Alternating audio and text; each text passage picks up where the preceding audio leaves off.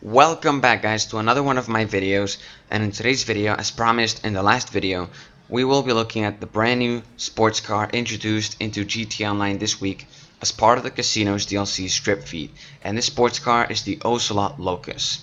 But before I can begin with this video, I just gotta remind you guys that if you subscribe to my channel, you will be shouted out in the beginning of my next video for everyone to see and hear you, so don't hesitate to subscribe as I do give out free shoutouts. And with everything out of the way, let's begin with this video that I'm not sure whether it's a car review. It's more of a showcase and showing off the car, some of its customizations, and even some speed runs in the LSIA. So let's get on with it, and in the end of the video, I might feature a cinematic footage of the Locus. If not, I'll make a separate video about it, but with everything out of the way, let's begin with the showcase of the brand new Locus car. So this is the Locus as shown in the Legendary Sports website, and as you can see on the top right corner of the screen, we can see that this car costs just over $1.6 million. So it is in fact one of not the cheapest car so far released in the Casino DLC. It's only $1.6 million, but it's still not too expensive, not too cheap. And by reading off the description, we can see that it's an open top two-seater Locust. Pedigree goes all the way back to the 69s, and this is what you get after 40 years of track testing. No roof, no windscreen, no windows, no compromises, and no interest in your personal safety. If you ever wondered what it's like to drive around in a logical conclusion, this is your chance to find out. And of course, there are also the other 8 colors that you can pick from below. So it really doesn't matter which color you pick, as we will be customizing this car into the beautiful gold in which I customize all of my cars. So now we'll be seeing the customization options for the Ocelot Locust. And forgive me because I was saying Locust without the T in the end, when in fact it is Locust. So forgive me on that, guys. Please don't unsubscribe because I said that wrong.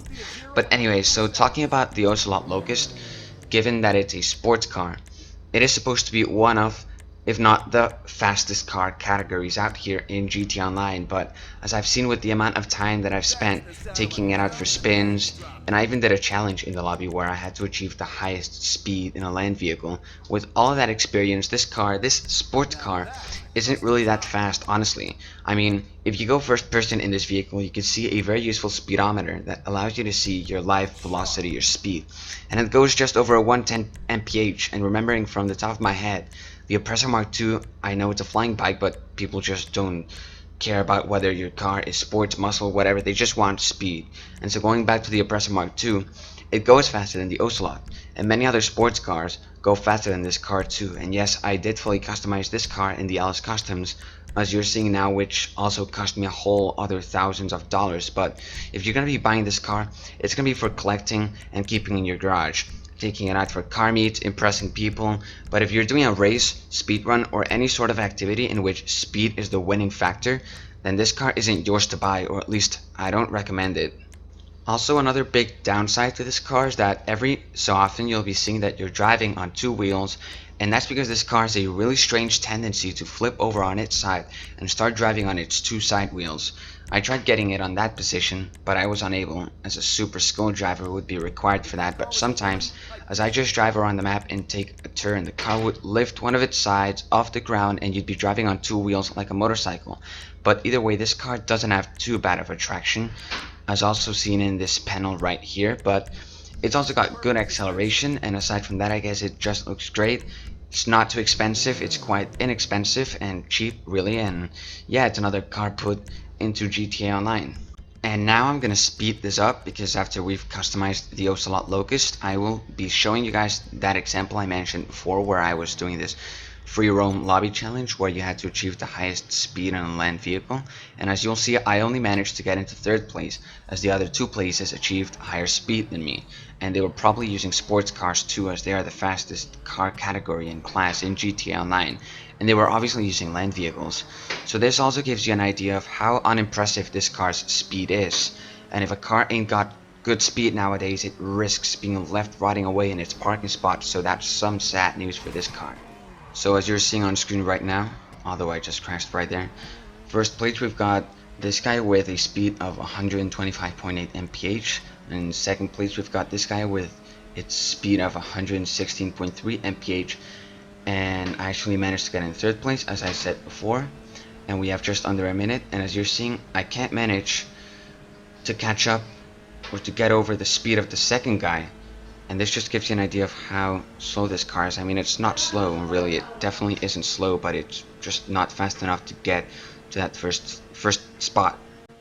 And now I'm just going to speed this part up too, so just look at how I'm unable to beat the first guy's speed, as this car just can't do the job.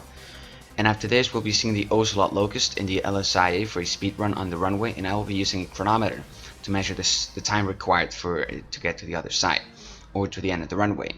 We already know it's not going to get an impressive result, and it just hell isn't going to break any records, but just for the sake of it, I will be testing this car out on the run, as you'll be seeing now. And yes, I have freezed this frame right here, so as you can see, the very tip of the car in the very front of it, this line is where we will be starting this race, also signaled by this arrow right here. So I'm just gonna unfreeze this frame and we're gonna start the speed run, see how fast and how much time it takes for it to get to the end of the runway.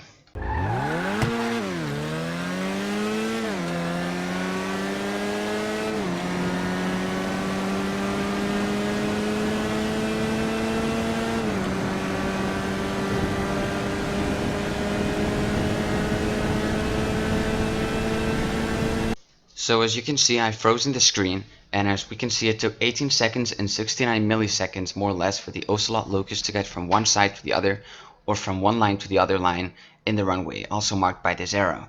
So I can't show you guys footage of other cars with the runway, but I'm telling you, other sports cars would have got lower time, so less seconds on the timer, because they're faster, and the Ocelot Locust just isn't the fastest, unfortunately. So yeah, guys, that was pretty much today's video. I'm going to show you guys some cinematic footage of the Ocelot Locust in the end of this video, so that you guys can enjoy this beautiful recorded footage of the Ocelot in a way you've never seen it before. So when the footage starts rolling, I'll shut up, leave you with the music, and yeah, like, share, comment, and subscribe for your free shoutout in the beginning of my next video. Also, do let me know what you'd like to be featured in future videos, and I'll catch y'all in the next one, guys. Subscribe and bye-bye. Bye.